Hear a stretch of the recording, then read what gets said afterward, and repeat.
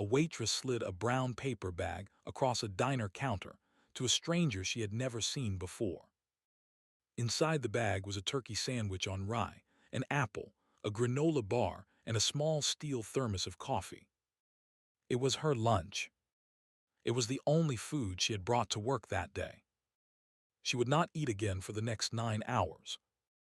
She did this for a man with road grit on his neck and oil under his fingernails, and a leather vest with a winged death's head stitched on the back. He drank one glass of water, said thank you twice, took the bag and walked out. He never gave her his name. She never asked. 6 weeks later, 30 motorcycles came down the main street of that small town and stopped in front of her diner, and the man at the front of the column took off his helmet and looked at her through the window. And the thing that happened next is the reason I'm telling you this story. Stay with me on this one. Her name was Hannah Brewer, 24 years old. She had a younger brother named Caleb, who had just finished his first year of community college on a loan she had cosigned for. She lived in a one-bedroom apartment above a hardware store on Elm Street, in a town called Salt Run, population 4,000 and shrinking.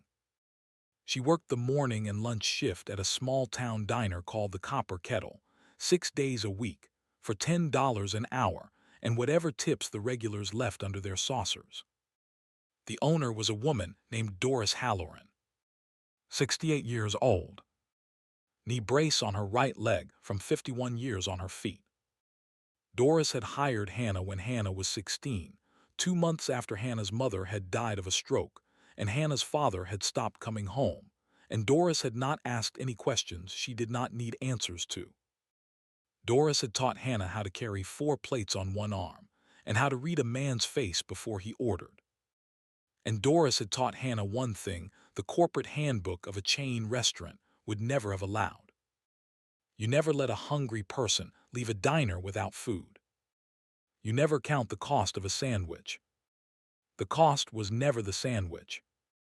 Doris's grandmother had said it like a prayer, from a small kitchen in eastern Tennessee, where the family had been poor for 3 generations, and the door had never been closed on a hungry stranger once. Hannah was carrying that lesson the morning the biker came in. It was a Tuesday in late September. Slow.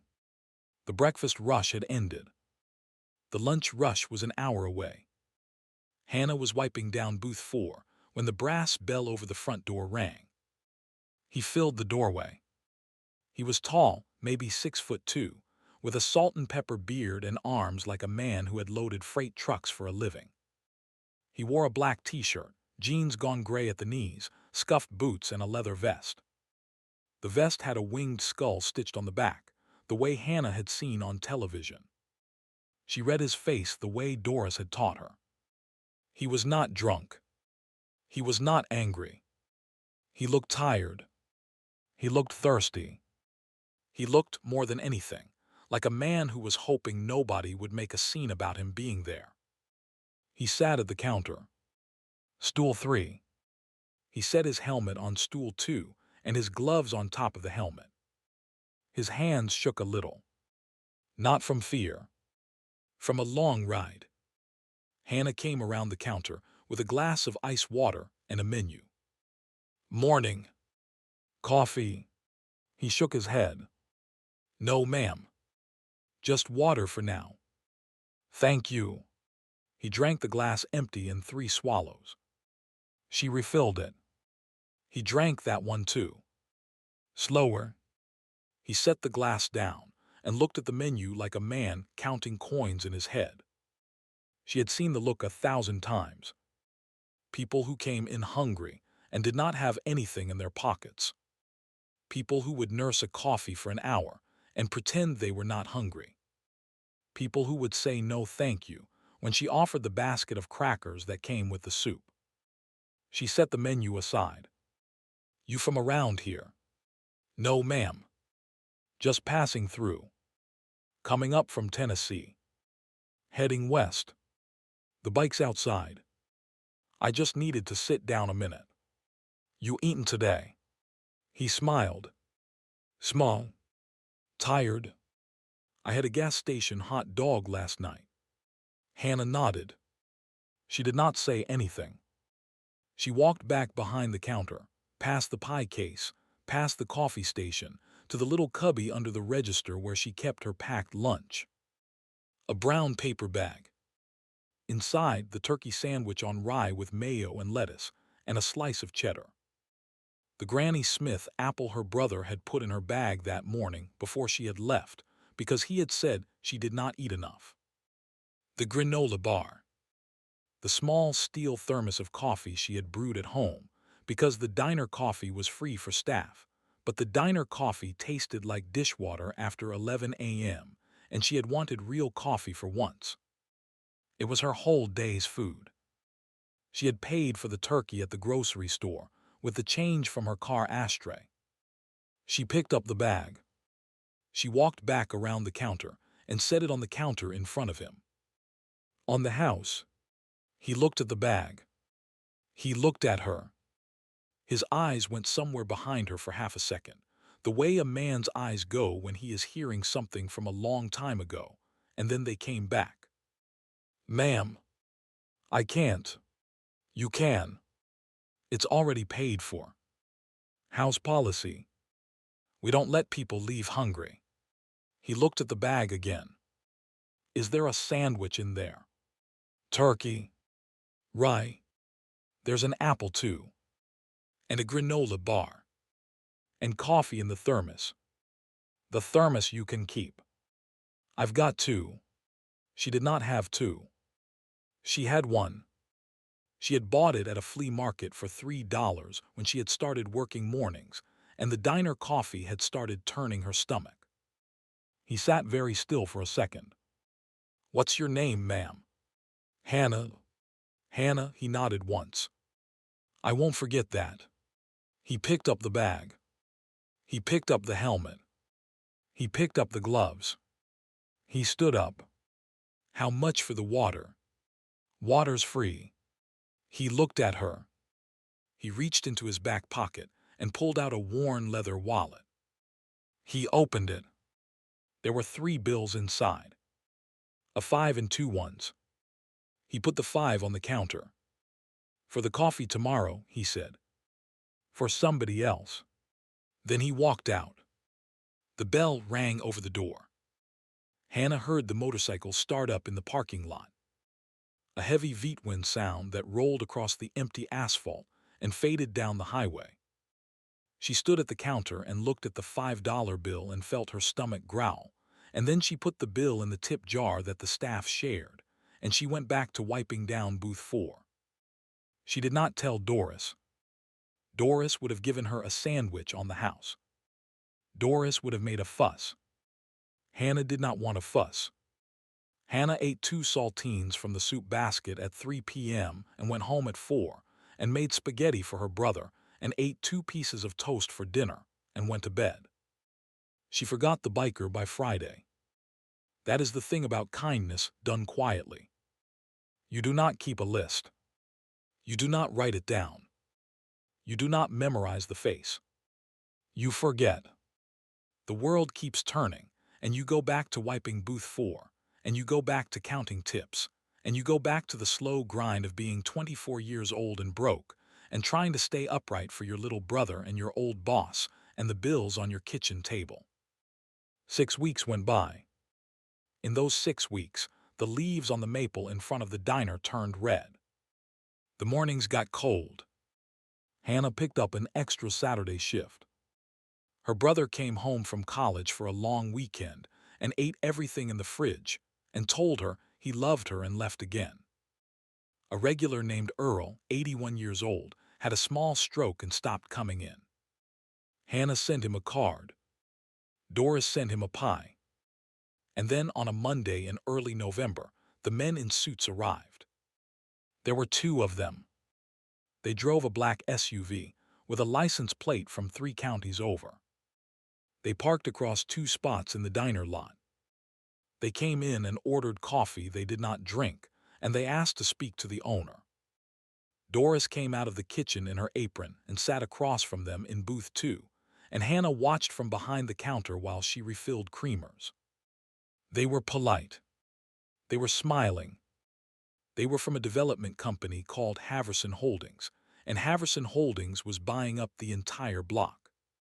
The diner, the hardware store, the barber shop, the closed pharmacy, everything. Mixed-use complex. Apartments above, retail below. They had bought 4 of the 6 properties. The diner and the hardware store were the last 2 holdouts. The taller one slid a piece of paper across the table. It had a number on it. Hannah saw Doris's face change. She had seen Doris's face do a lot of things in 8 years. She had never seen it do this. The number was low. Not insulting low. Just low. Low enough that Doris, 68 years old, with a knee brace and a husband 3 years dead, and a building she had paid off in 1994, would not be able to retire on it. Low enough that, if she did not sign it, they would make her life difficult until she did. Doris pushed the paper back. Not for sale. The shorter one smiled. Mrs. Halloran, we understand this is emotional, but you should know that the project is going forward. Your neighbors have signed. The hardware store has signed. We have spoken with the city about zoning. The block is changing. The question is not whether the building stays. The question is whether you walk away with something or with nothing. Not for sale. There are also some code issues we have noticed. The exterior. The grease trap. The handicap ramp out front is not quite to current code. We would hate to see you cited. Doris's hands were flat on the table. You boys want anything else? Or are you done? Mrs. Halloran, I will need that booth for the lunch rush. They stood up. The taller one left a business card. The shorter one left half a smile that did not reach his eyes. They walked out. They got into the SUV. They drove away. Doris sat in the booth for a long time. Hannah brought her a fresh cup of coffee and sat across from her. Doris did not drink it. They will be back, Doris said. What can they do? Anything they want. They have money. They have the city. They have patience. Doris looked at her hands. I have a knee that does not work, and a lease on a car I cannot afford, and a niece who keeps asking when I am coming to live with her. I do not know, honey. I do not know. They cannot make you sell. Doris looked up. The look in her eyes was the look Hannah had seen in her mother's eyes the week before the stroke. The look of a woman who was tired in a way that food and sleep would not fix. They can. They will. They have done it before. There was a diner in Reedsville last year. Same company. The lady held out. They put her out of business in 7 months. Code violations. Permit problems. A lawsuit about the parking lot. By the time she gave up, they paid her half what they offered the first time. Hannah did not say anything. It is all right, honey. It is all right. We have a few months. Maybe more. Let us see what comes. The men came back twice that week. They came back twice the week after. Each time the number on the piece of paper got a little smaller. Each time Doris pushed the paper back. The diner started getting visits from a man in a city polo shirt with a clipboard. A health inspector wrote up the grease trap. A code enforcement officer wrote up the handicap ramp. Doris fixed both. The fixes cost her $2,300 she did not have. The next week, the city sent a letter about the awning. It was, the letter said, 3 inches too low to meet pedestrian clearance regulations that had been passed in 1987 and had not been enforced once in 38 years. By the 3rd week of November, Doris had stopped sleeping. Hannah could see it in her face every morning. Doris was losing. Doris knew she was losing. Hannah did the only thing she could do. She came in early. She stayed late. She picked up shifts. She did not ask for raises. She did not eat. She lost 4 pounds in November she did not have to lose. Her brother called her on a Sunday and asked if she was okay, and she said yes, and she said it with her voice steady. And after she hung up, she sat on the floor of her apartment for an hour and did not cry, because she had not cried in 8 years and she was not going to start now. She forgot the biker entirely. She had given a sandwich to a stranger 6 weeks earlier. She had forgotten his face. She had forgotten his voice. She had forgotten the $5 bill she had put in the tip jar. The tip jar money had gone toward the awning replacement. Doris had thanked her. Hannah had said it was nothing. That was a Wednesday. Saturday morning, the bikes came. It was 9:45 a.m. The breakfast rush was on. Every booth was full. Hannah was at the counter pouring refills. Doris was in the kitchen flipping pancakes. The radio above the pie case was playing an old country station, low. The brass bell over the door had rung 60 times since 6 a.m.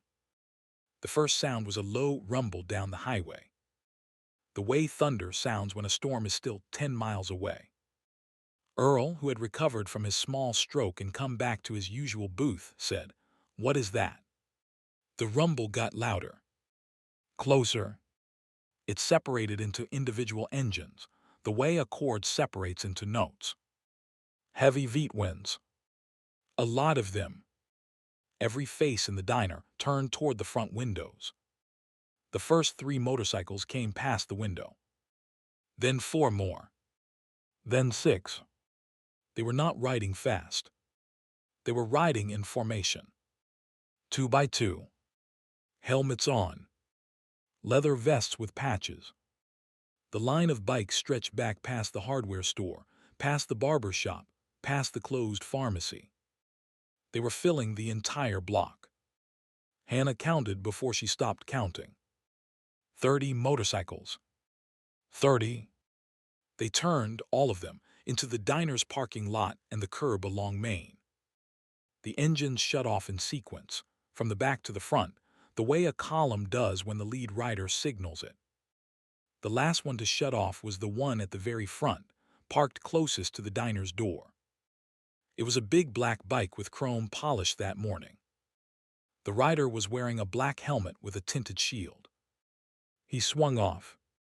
He took the helmet off. He set it on the seat. He was tall. Salt and pepper beard. Maybe 50 years old. He wore a leather vest with a winged death's head on the back, and below the death's head, in white embroidered letters, was a rocker that read President. Hannah saw his face. She knew him. She did not remember from where. She did not remember when. But she knew him, the way you know a face from a dream, the way you know a voice you heard once on the radio.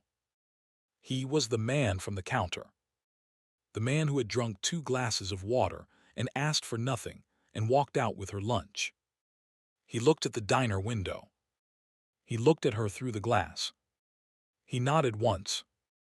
Then he opened the door. The brass bell rang. He stood in the doorway and looked around the diner. Every booth had stopped eating. Every fork was halfway to the mouth. Every coffee cup was lowered.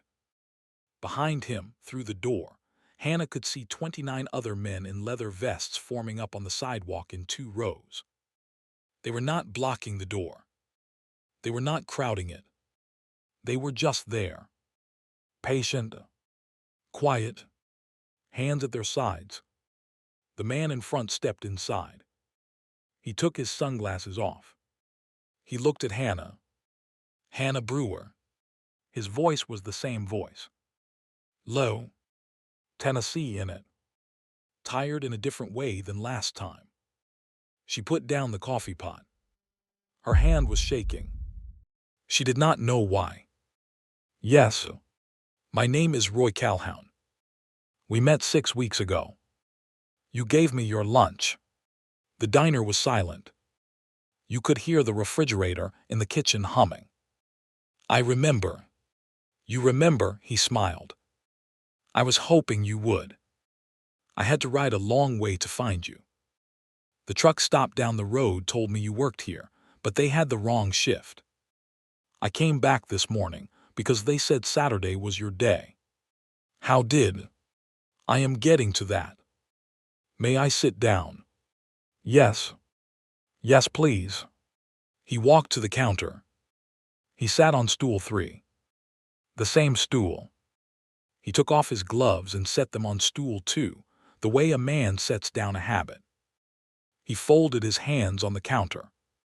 Behind him, the diner had not started breathing again. Now look.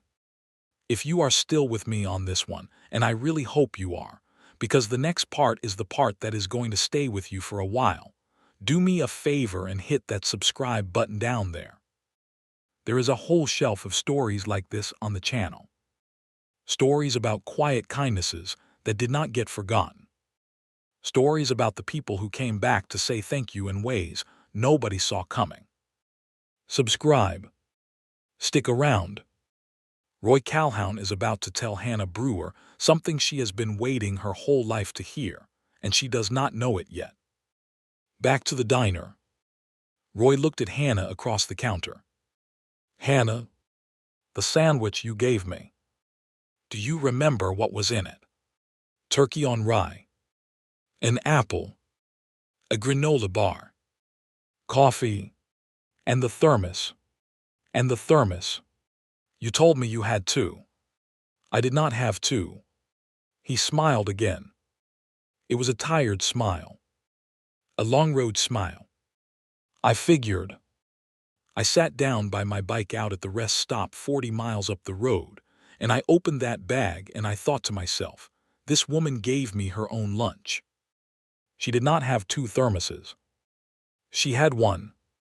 And she gave it to a man who looked like he was going to take it the wrong way.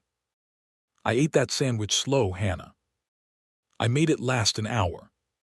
And then I sat on a picnic table and I drank that thermos of coffee and I thought about my mother. Hannah did not say anything. She did not understand. She was listening. My mother's name was Ruth. She passed away 3 years ago. 81 years old. Cancer in her bones. She lived with me in Tennessee the last 15 years of her life. I built a room onto the back of my house for her, with a window that looked out at a creek. She used to sit at that window every morning and read her Bible and drink her coffee. Hannah was nodding. Slow. She did not know why she was nodding. He paused. He looked at the coffee pot. Hannah picked it up. She poured him a cup. Her hand was steady now. Thank you. I will tell you what she did once. Long before me. She was 41 years old, 3 months pregnant with me, and she had run out of money on a drive across the country. She had $3 in her purse and a tank of gas that was a quarter full. She ended up in a little town in eastern Kentucky. She did not tell any of us this until she was 75. She told me one Christmas after a glass of wine. She told me she had walked into a diner in that town in the fall of 1974, and she had ordered the cheapest thing on the menu, which was a bowl of vegetable soup. She had eaten the soup as slow as she could. She had nowhere to sleep that night. She did not know what she was going to do. She was crying into the soup and trying not to let the waitress see. The diner was very quiet. The waitress saw. Roy looked at Hannah. The waitress was a young woman. My mother told me she was maybe 24. Skinny. Tired. Apron with the diner's name on it. The waitress brought her another bowl of soup on the house. Then a piece of bread. Then a slice of pie. Then a sandwich wrapped in wax paper to take with her. The waitress sat down across from her and asked her if she had a place to go. My mother said no. The waitress thought about it for a minute. Then the waitress took my mother home. To her own apartment. a studio over a laundromat, a pull-out couch. The waitress gave my mother the bed and slept on the couch. For 3 weeks, Hannah. 3 weeks. The waitress fed my mother and gave her a bed and helped her find a room she could rent for cheap and helped her find a job in a fabric store.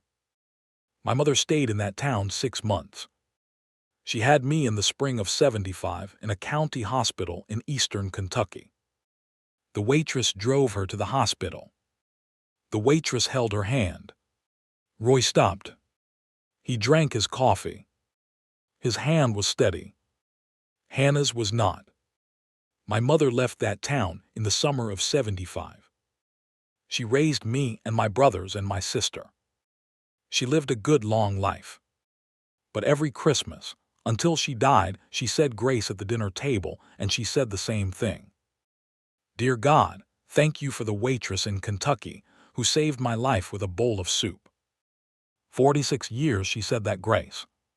He set the cup down. When she got sick 3 years ago, I asked her. I said, Mama, what was the waitress's name? She said she did not remember. I said, what was the diner? She said she did not remember. She said she had been so far gone and so tired and so afraid that the whole town was a blur in her head. She remembered the soup. She remembered the bread.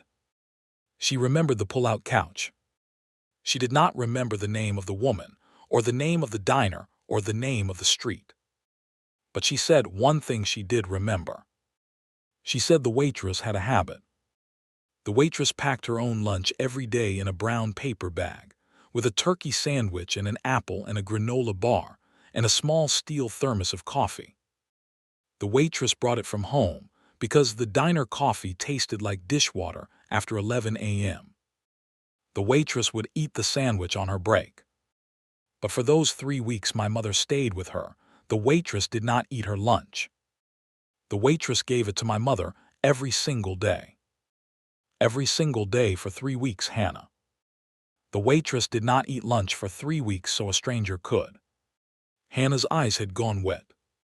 She did not know she was crying until she felt it on her wrist. Roy reached across the counter. Slow. He put his hand on top of hers. His hand was rough and warm and big enough to cover her whole hand. After the funeral, I started looking. I drove every county road in eastern Kentucky for a year. I asked at every diner, every laundromat. I never found her. The diner had closed in '81. The building had been torn down. The records were gone. I came home and sat in my mother's empty room, and I cried like a child, because I was never going to be able to thank the woman who saved my mother and saved me. He took a breath. 6 weeks ago, I rode up the highway from Tennessee with nothing in my belly and $3 in my wallet, because I had been on the road for 2 weeks looking for nothing in particular. And I walked into your diner, and a young woman gave me her own lunch. Turkey on rye, an apple, a granola bar, a thermos of coffee. She gave it to me even though she only had one thermos. She gave it to me even though I look the way I look. She gave it to me the way her grandmother taught her to give it, I would bet, or her mother, or somebody before that. I sat at a rest stop and ate that lunch and I thought, son of a gun. There it is.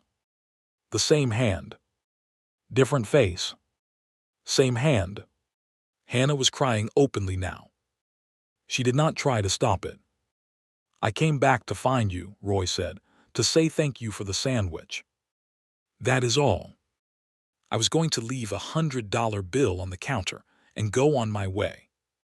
But then I asked around town. The hardware store. The gas station. The barber shop. And I learned some things about this diner and about Mrs. Halloran and about the men in the black SUV. And I learned about you, Hannah Brewer. About your brother. About the 2 shifts. About the awning replacement coming out of your tips. He squeezed her hand. So $100 on the counter was not going to do it. Roy turned on the stool. He looked at Doris, who had come out of the kitchen and was standing in the doorway between the kitchen and the dining room. Doris had her apron in her hands. She was wringing it. "Mrs. Halloran, Mr. Calhoun, we have spoken on the phone." "We have." Hannah's head turned. "What?" Roy smiled. "I called your boss on Tuesday, Hannah. I introduced myself. I asked her some questions. I told her what I was thinking. I asked her if she would be willing to talk to me. She was." Doris walked over. She set her apron on the counter. She sat on stool 4. Her knee popped when she sat. "Hannah, honey," Doris said, "I am going to retire." "What?" "I am going to sell the diner. But not to those men. I am going to sell it to Mr. Calhoun and his chapter for a fair price. A real one. The kind that lets me move to Phoenix and live in my own little place near my sister and not have to ask her for anything. And then Mr. Calhoun is going to do something with the diner." Hannah turned back to Roy. She was shaking her head. She did not understand. Roy reached into the inside pocket of his vest. He pulled out a folded sheet of paper. He unfolded it on the counter.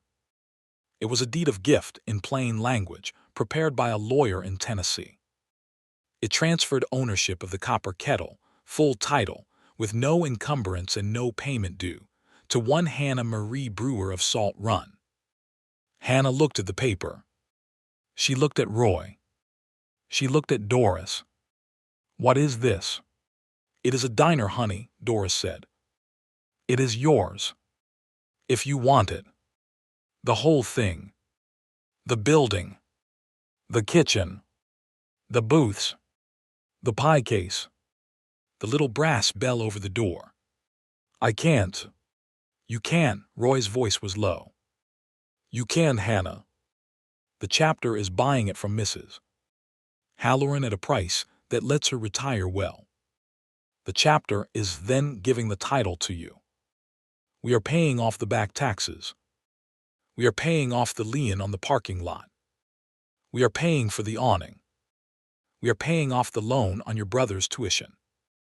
We are paying 12 months of your apartment rent so you have time to get on your feet. We have a lawyer in town who is going to take care of every code violation those men in suits manufactured against this place. We have spoken to the city. The mixed-use complex is going to be built around this diner, not over it. The Copper Kettle is going to be the corner anchor. They have agreed to it." They had a sudden change of heart about 3 a.m. on a Thursday. A couple of the men outside the window smiled when he said that. Hannah saw it. Roy was still talking. "You will own this place.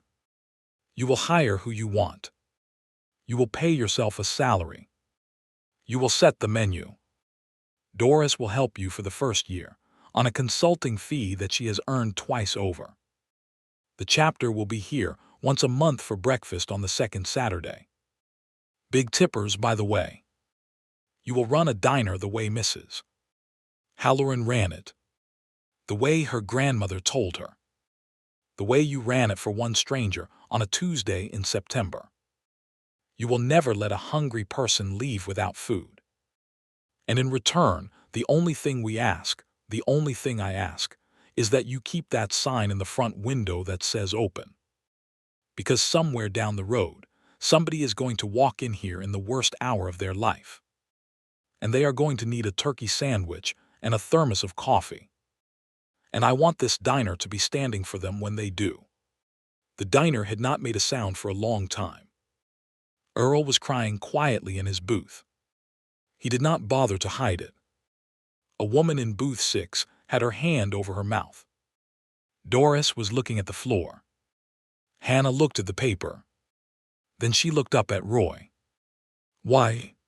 Roy looked at her for a long time. "My mother had a name for it," he said. "She called it passing the bread. She said the bread does not belong to you. The bread goes through you. You hold it for a minute and you pass it on. The waitress in Kentucky passed the bread to my mother.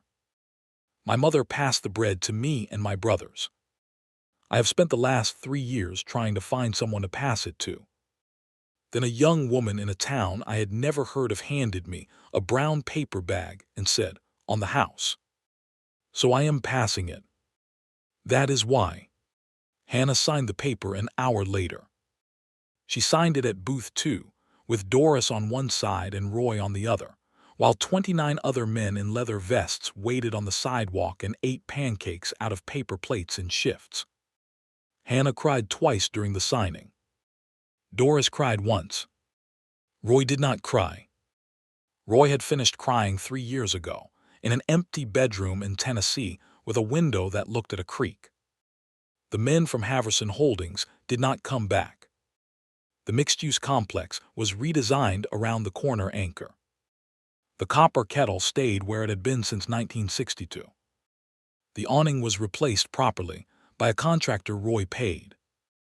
The city stopped sending letters. Doris moved to Phoenix in February. She lives in a little adobe-style apartment 2 blocks from her sister. She walks half a mile every morning with her brace and a cup of coffee. She calls Hannah on Sunday nights. Hannah's brother finished community college and started a 2-year program in welding. Hannah paid for it in cash. Hannah hired 3 more staff. She put a small framed photograph on the wall behind the counter. It was a photograph Roy had given her. It showed a woman in her 60s, sitting at a window that looked out at a creek, reading a Bible and drinking from a coffee mug.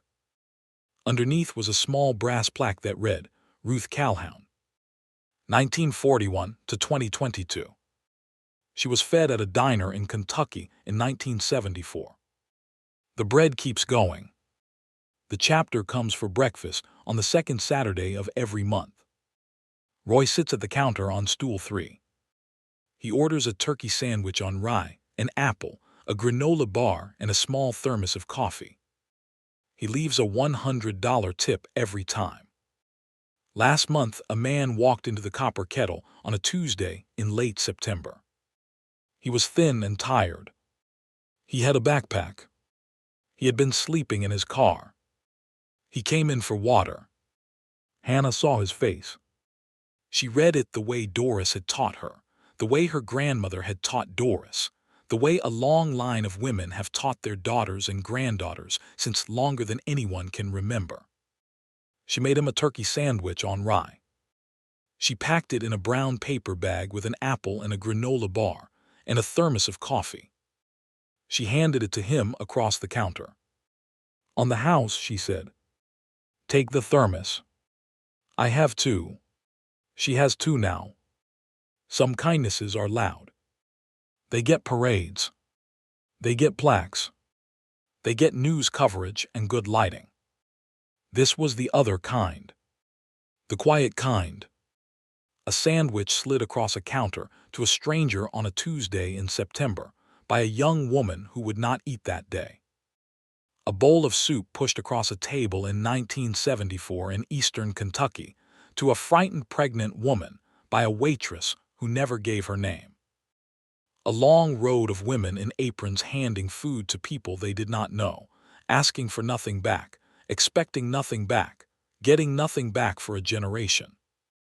And then one Saturday morning in November, the bread comes around the long way home.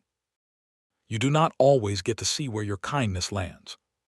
You hand somebody a sandwich. You forget. You go back to wiping booth 4. But the bread keeps going. And once in a long while, when you have stopped expecting it, the bread comes home.